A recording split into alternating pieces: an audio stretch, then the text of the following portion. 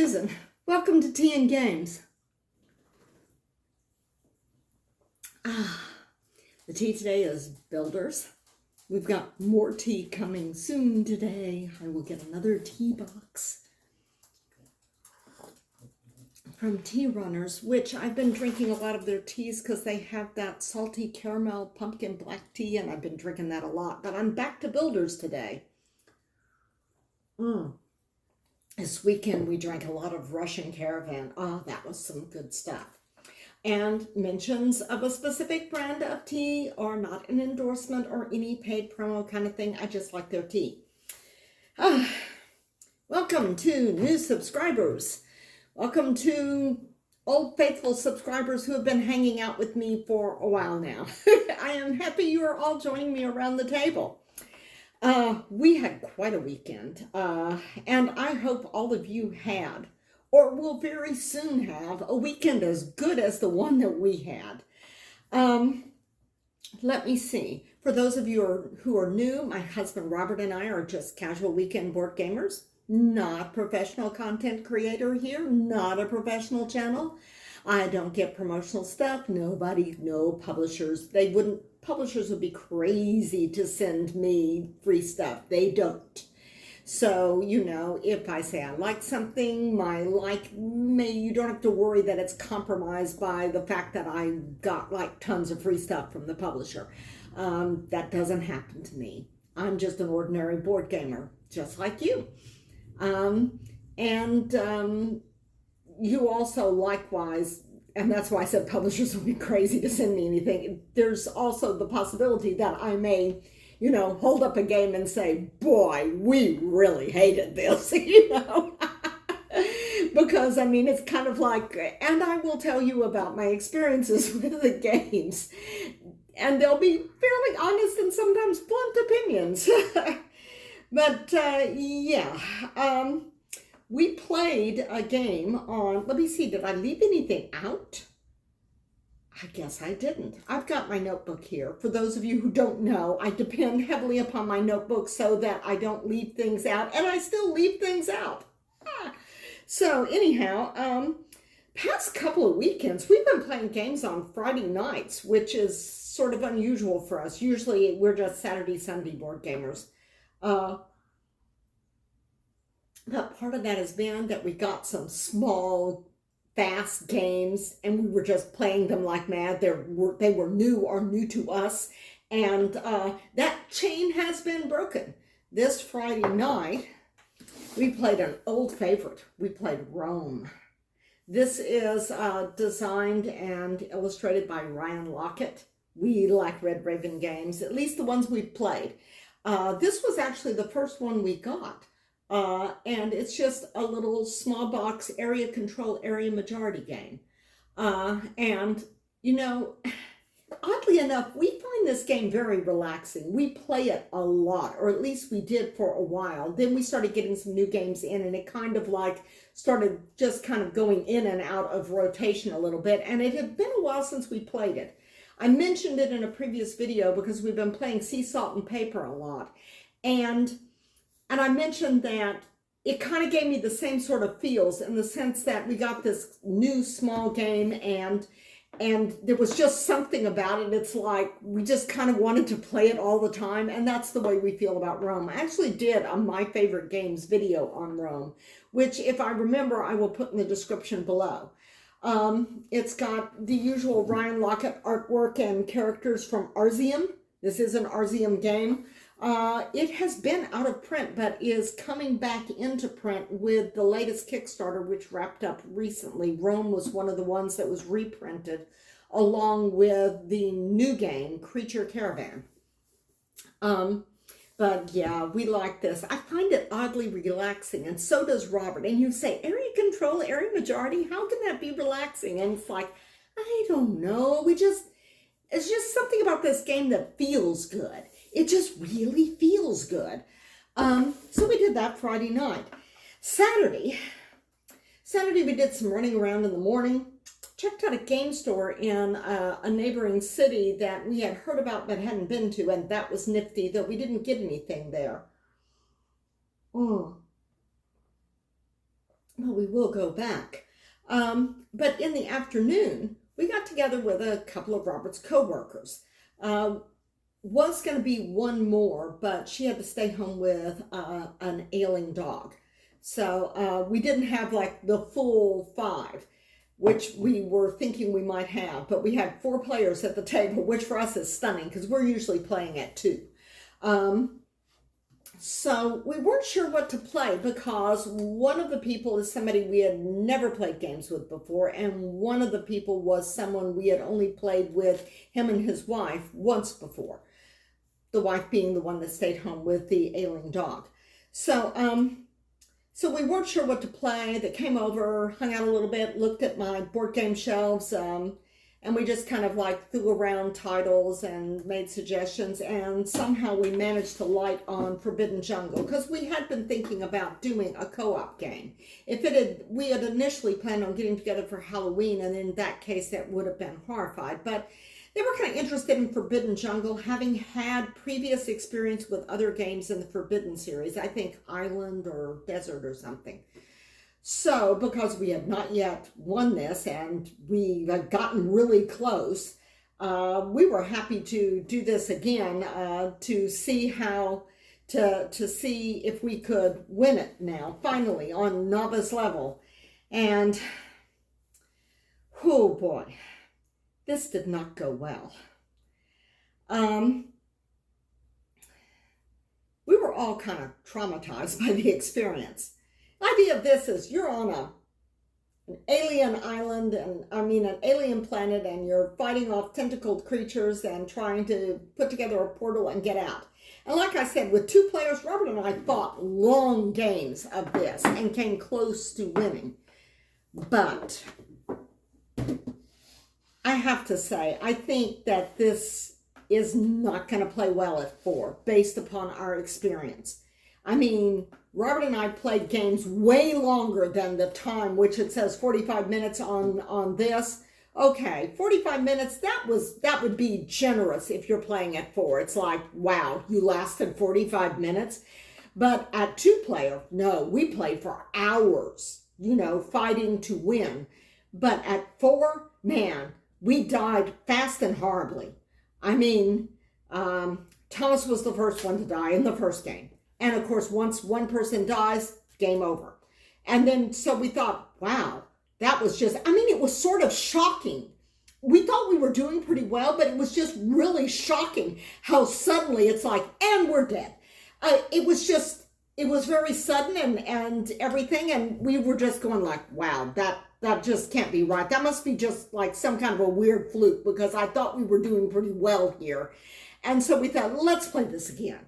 So we set it up again, and the same thing happened, only this time I died. So it was just, and again, we were just all kind of sitting around like looking at each other sort of dazed because we're like playing the game and we're doing this and we do that and we say, okay, and then after that we could do that. And it's like, well, okay, do you want me to do this now? And then when it gets your turn, we can do it. And so, it's like we're discussing stuff and we're going like, yeah, go ahead and do that there. And then we can do that there. And I get a gear card and, it's like, and everything is fine. It's like, well, we need to get those webs out there because we're getting behind on the webs. We're running low on webs. We had trouble with web management. And we're going like, yeah, and I can clear those guys off, no problem. And then I died. Because, you only have like just 1 or 2 health. So that means basically if you turn over the adult sting card and there are adults on your tile, you're dead. Because, that's it. So, yeah, we just died fast in both games with like not even a chance. And we're looking at, we didn't play with the healer, and we're looking at the way the gameplay and kind of the post-mortem of the game, very, very apt description, post-mortem of the game, and we're going like, well, actually the healer wouldn't have helped, because in both cases, we kind of went from like full health to dead, so it's just, yeah. Well, actually, I had already taken 1 hit. But Thomas just went out. It went very badly, very fast. And so talking about the game after, after the second game was over, and like I said, the four of us are just sitting around the table and we're just stunned. We all kind of look like we've just been hit in the face with something. And then, of course, well, I'll get to that in a minute, but then we were talking about how the game played and why this kept happening to us. And one of the guys pointed out that it's just a long time between your turn. So, like for instance, if you're playing a two-player game of this, okay, I take my turn and I'm set up and I am not in any immediate danger. And even if the creatures move around or sting or hatch out or whatever, I'm still fine. So I turn over like the 2 threat cards. We never got up to 3 threat cards. I mean, the front level did go up a little bit. We're still just turning over 2 cards per person. So yeah, like if you're playing a 2 card, turn over 2 cards, do whatever the thing is, then it would be Robert's turn. He does his thing, which will help me and him in the whole position on the board. He has 2 threat cards to turn over. We're still fine. And then it's back to my turn. But in a 4-player game, it is a long time between turns. The game state changes radically between your turns.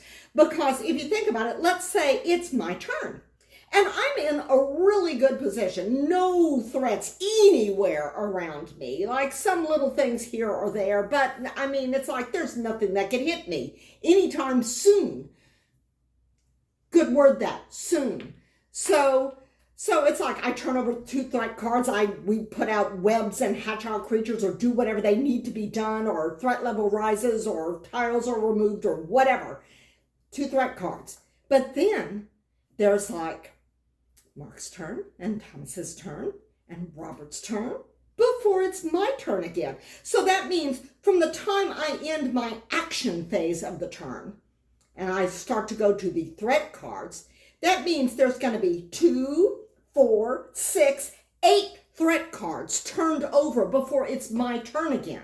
And I am standing there on that tile. And while it's true, one of the other players could move me only on his turn, I think. So it's like, and there are other players that are, of course, also in jeopardy. I mean, you have one player that can move another player as part of his action. But it's like, okay, so yeah, he can do that. But there are 4 of us, and there are threat cards being turned over 2 per person on every turn. So it's like he can't save all of us. And so he would always choose the person that was in the most immediate danger to try to help out. But then that still left the rest of us vulnerable to 2 more threat cards and 2 more threat cards, and then boom, and you're out.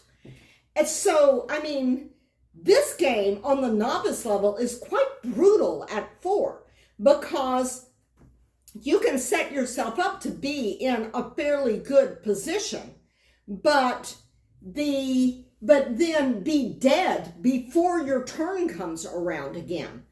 Even with everybody at the table trying to keep you from dying, because they're also trying to keep themselves from dying and other players from dying.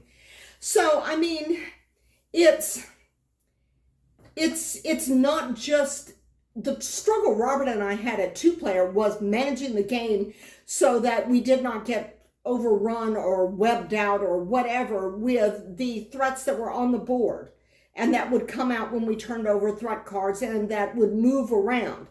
And we could just manage that most of the time and for most of the game. And we were usually not in any danger. Robert always plays the one that cannot be hurt by stings. There's one character that cannot be hurt by stings. So that's good. We got one person that's more or less can't die. But then, like I said, it's just, so that's like one person we don't have to worry about keeping alive, but then there's still 3 others of us. So it's not just about managing the threats that are on the board. It's also about managing all the other players' positions on the board when the threats on the board move with the threat cards sometimes and attack with the threat cards sometimes. I mean, 2 games in a row and we lost like that. I mean, we did not make any progress. I can't really say we made any progress. We just barely managed to to keep the threats under control on the board so that we weren't completely overrun and we didn't run out of any web tokens or things like that. But we couldn't protect ourselves or each other, not at 4 players. It was just bad. So yeah, that was just not a great start to the game day. And if I had it all to do over again, we would not choose this for 4 players, particularly with players that, you know, it's like we've got invited people over for a game day and then we do something horrible to them. It's like, and that's not what we intended. And then, of course, we had a secondary trauma that was associated with this game in that while I was getting out the next game, Robert was putting away this game and he fumbled one of the little orange egg pieces and Esme pounced on it and got it. She's our little chihuahua, and that could, like, she could either choke on it or it could cause like a digestive obstruction further down. And so we're like, grab the dog, and she eventually spit it up. Slight damage to the egg, but you can't really tell it. We did wash it off. You can't really tell the damage unless you like look at it really closely, and it is the smallest piece, or compare it to another egg. So we've got all the pieces. Dog is fine. No alien eggs hatching out inside of my chihuahua. Oh, geez. But it's like trauma on top of trauma. So yeah, the game day started off way more dramatically than it should have. And that's all I want to say about that. So we just kind of, Robert and I are looking at each other and we're talking about, what do we want to do next? And I just felt like we needed cozy. We needed nice, cozy, friendly game. It's competitive, but this is like one of the nicest, easiest, funnest light game on our shelf.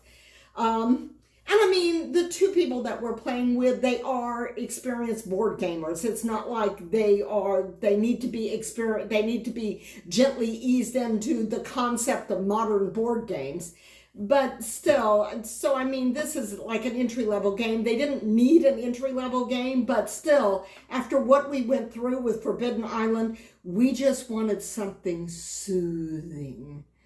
And Creature Comforts, it's cute, it's fun, it's soothing, it's very comforting, and we needed comforting. But we played this and we laughed a lot. We had a huge amount of fun playing this. The only downside to this is because we wasted our time getting killed by aliens on an alien planet in Forbidden Jungle, is that it was actually getting late by the time, I mean, they were here for like 4 hours. And this game, it surprised me. We're used to playing this at 2 players. We played one game at 3. And it was super fast because the one person we played with at 3, he made his moves like really fast. It's like by the time it got to be his turn, he would like lay out all of his dice and pick up all of his people like in 10 seconds. So it was almost no difference in time between playing this with 2 and with 3. But with 4 players and 2 of them not having played the game before, it took us a bit of time to play the game, and we didn't actually finish it. We got most of the way through the game before the guys had to go.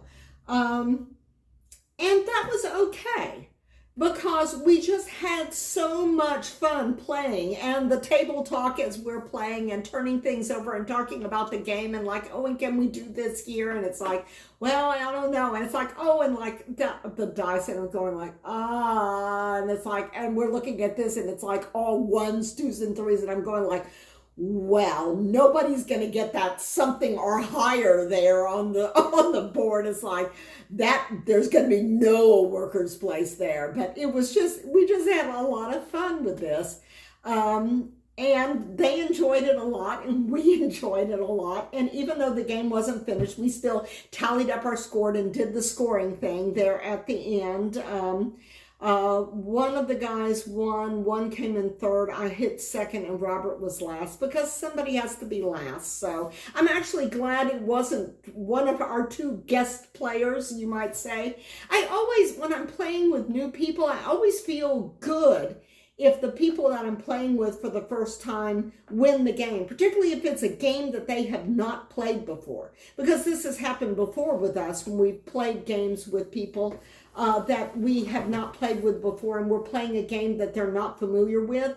I don't mind losing in general, but there's kind of a good feeling about the whole idea that somebody is playing a game for the first time, and they do pretty well. You know, they don't totally tank and come in dead last, or they win the game, or whatever. So I like that. I think that is a good gaming experience. I'm not going to throw a game so that somebody can win a game like in their very first time playing it. But it's a feel-good kind of thing for me, not winning a game if it's somebody else's first time playing a game, particularly a game I really like, because I want them to really like it too. But yeah, this is a fun little game. It is a good entry-level welcoming game if you're not playing with experienced board gamers. But here's the thing. If you play a really traumatic board game with experienced board gamers, this is a really good palate cleanser. It's like, as we're all sitting in shock around the table, it's like, yeah, it's time for some creature comforts. But yeah, we had a huge amount of time, but we had a huge amount of fun playing this. But I was surprised at how much longer the game was with 4 players, though that could have been because this was their first time playing the game, and they probably spent somewhat more time thinking about it and like moving dice around and thinking about how best to optimize things than if they had played the game a bunch of times like we had. But yeah, we had a huge amount of fun on Saturday. And then came Sunday, and we had board game plans for Sunday, Robert and I. And they got blown up for something more fun. And isn't that the best way to go, you know? I had planned on pulling one of the games off of our unplayed game shelf and playing it on Sunday. So Tang Garden has been on our shelf like for years, probably 3 years, maybe 2 or 3. I mean, I got it fairly early in the pandemic, I think. And it was still in shrink. So Sunday, I stripped the shrink off. I unpacked the thing. There was very little to, there was quite a bit of punching on that one. That was another game that was through. So anyhow, I punched all of the things punchable. I sorted out all of the components. I took inventory, made sure we had everything. I've only once had a problem with components right out of the box, but sometimes that does happen. It's extremely rare. But before that, it's like I never checked the cards or counted things or anything like that. But then after that, I always did. So it's like I went through and I did all that stuff, and we watched the How to Play video, and then we went and did some stuff. But family wanted to stop by. They had something they wanted to drop off and everything, and I had Tang Garden out. I hadn't done setup, but it was still there from when I had taken things out of the box and punched and assembled. It has assembly. And I looked at that and I thought, this is a game we've never played before, and having it on the dining room table, I mean, if family comes by, we might play a game with them, but probably this wouldn't be the game. You know, a new game that we are still learning ourselves, having just watched a How to Play video on it like earlier that morning. So I went ahead and I packed that back up, and I pulled out Sea Salt and Paper and Chili Mafia. And the family came by, and instead of sitting in the living room because there were games on the table and I had like the card mat on the table, we all ended up sitting around the dining room table and talking. And we ended up playing Chili Mafia. And the interesting thing is, when I got this game, when I first saw this game, Dwayne over at Blackboard Gaming, he did this game, I think, on one of the Our Family Plays Games Voices segments. So that's two channels for you to check out. Our Family Plays Games, and more specifically even their Voices series, and Blackboard Gaming. And here I'm wearing a tee from and drinking from Second Star to the Left. That is another one of my favorite channels. Michelle and her daughter Billy. So that's 3 name drops. You need to check them out. But we ended up playing Chili Mafia because when I first saw this game, I looked at it and I thought the family would love this. I could see us maybe, I was just looking at that, maybe play this at a Mexican restaurant because we would often meet them at restaurants and we would play card games at the table. But then after I actually got it and I played it, I thought, oh, I really don't want to spread these cards out all over a sticky Mexican food restaurant table. And I mean, it isn't like you do hold cards in your hands, but you're also laying out cards on the table. So I'm just kind of going like, oh, I don't know. And I thought I'll take it like when we go over there to play games. And then it's like there was a long stretch where we didn't go over to play games. And by then other games had come in and we weren't thinking about this and this got shelved and we were playing it less. And so it just kind of fell between the cracks, you know, in terms of introducing it to the family. So we actually played a game I got to play with the family gaming group for the first time with the family gaming group. Even though I got it, I don't know, last year or the year before. I would say it's probably been at least a year. It's a fun little set collection game with a little bit of take-that cards thrown in there. And it's fun, it's light, easy teach. And so we just shuffled everything in, laid it out, and just did a game of that. But we had already been sitting around talking for a while, and a couple of them had some errands at places they needed to do, and they hadn't even eaten lunch yet. We thought they were going to eat lunch on the way, but they actually hadn't eaten before they came. So a couple of them peeled off and went to get lunch, and that left Robert's brother. So this game also didn't get completed. We played a number of rounds with the 5 of us. 1, 2, 3, 4, 5. Yeah, the 5 of us. I can count. We played some rounds with the 5 of us, and then 2 peeled off. And then Robert's brother stayed, and we kept playing. And we took the cards that had already been played after a certain point in the game. Just to kind of prolong the game. And because the card distribution, I pointed out after a certain while, I noticed the card distribution seems a little wonky because there are players that we can't get cards from or that are not, you know, that, so we took their cards and shoveled them into the remaining cards, and that kept the game going with 3 a little bit longer. So the card distribution may have been a slightly wonky on that last part of the game because of the way the game started, and then it peeled off to just 3 of us. And you do have different cards depending upon player count. This can play, I think about, is it 7? No, it's 8. This can play 2 to 8. You play with like a fat deck with 2, and then there's a slightly thinner extra number of cards that you roll in for higher player counts.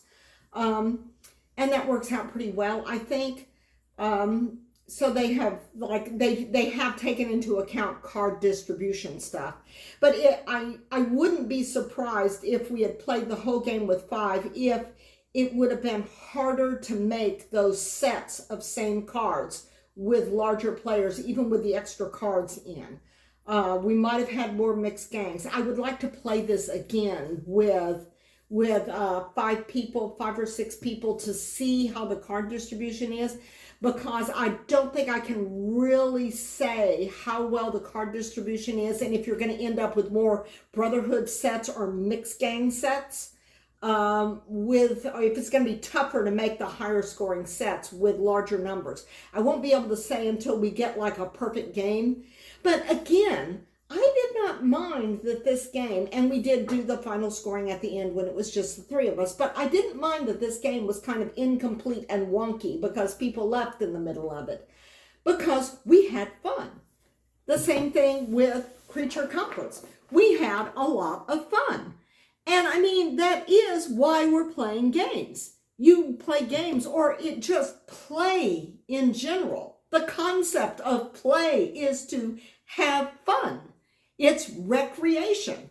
So, I mean, if you're not having fun, then yeah, maybe you should switch to a game where you're going to have fun. But yeah, we had a lot of fun. We had just a huge amount of fun with this. And it doesn't matter that the games weren't completed. I know that's going to bug some people. And I can't help you with that, because do I really wish we had played complete games of both Creature Comforts and Chili Mafia? Yes, absolutely. I very, very much wish we had played complete games of both of them. I really do.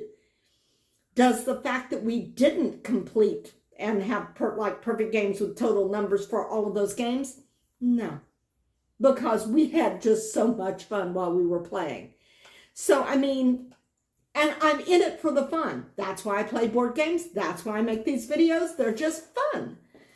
So, and that's the important thing, is to have fun.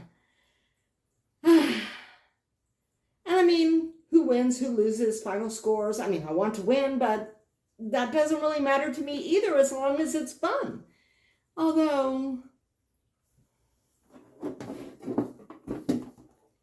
yeah, winning or losing this does kind of matter. Because that hurt. Ow. I mean, that really hurt. So, with the possible exception of losing at that specific game, those specific times, because I wasn't traumatized when Robert and I played and we fought for hours and then came up losing. But those two games, yeah. I don't think we're going to play that again at 4. We're just going to continue to fight the aliens in hand-to-hand combat, just Robert and I, the two of us. Unless the guys come over and say, no, we've got it this time. We figured it out. We want to try it. If they come back and say, we want to do that again, okay, we'll do it again. But other than that, I think we're going to keep that a 2-player game. Because I really do think there's something to what someone said about the time it takes to go around the table for 4 turns. The game state changes, like between my turn one time and when it was my turn again, everything was different. It was like day and night. So yeah, the game state changes so much in the time it takes to go around the table. That's just, ooh. But we made up for it with a fun time with much laughter playing Creature Comforts. And then the next day with the family playing Chili Mafia. And it was just a really fun board gamey kind of weekend. More of a board gamey kind of weekend than we had intended even. Because we just thought we were going to play games with a couple of people on Saturday. And it ended up being more games with more people on Sunday too. We will eventually get to Tang Garden, but maybe not quite right away because we started buying games again. We picked up a couple more games. So yeah, I may need to do another video about games that we're getting and we do we play games as we get them. So that's what we really, really try to do. And then we're paring down games from years ago that didn't get played along the way. But newish games that we just bought, even if they're new to us. I mean, games, some of them are not new. But we do put those ahead of games that are on our unplayed game shelf. I kind of feel like, well, they've waited years. They can wait a few more days, weeks, or months, but we are working on it. And that's how our weekend went. I really, really hope that all of y'all have a weekend that had as much fun playing games as we did, because we just had a lot of fun. There was just a lot of laughter, and just good times with good friends and family, and just, it was just nice. And there's just nothing like it. A good board game weekend. We need these every now and then where it's just like all in, everybody, let's play more games. And I'm hoping that we will have more games with more people during the holiday season because there's more socializing in general. Though a lot of times it's all holiday oriented, and somehow or other the games just don't happen. But I'm going to try to squeeze in more game days with family and friends around the holidays. And we'll see how that works out. And I will be back next week with more stuff about games that we're getting, games that we're playing, new games, old games, strange games, who knows? We'll see. It's been fun sitting around the table chatting with you and drinking our hot beverage, because as you can see by the fact that I'm wearing long sleeves, even though I pushed them up, we're back to fall again. Whee! I'll see y'all next week.